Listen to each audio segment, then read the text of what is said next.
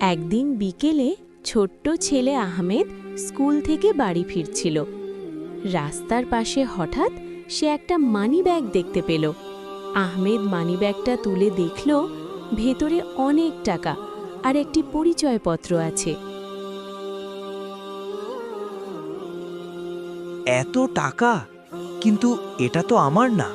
আল্লাহ তো বলেছেন অন্যের জিনিস নেওয়া হারাম। আহমেদ সিদ্ধান্ত নিল মানিব্যাগটা তার মালিককে ফিরিয়ে দেবে। সে পরিচয়পত্র দেখে সেই লোকের বাড়ি খুঁজে বের করল।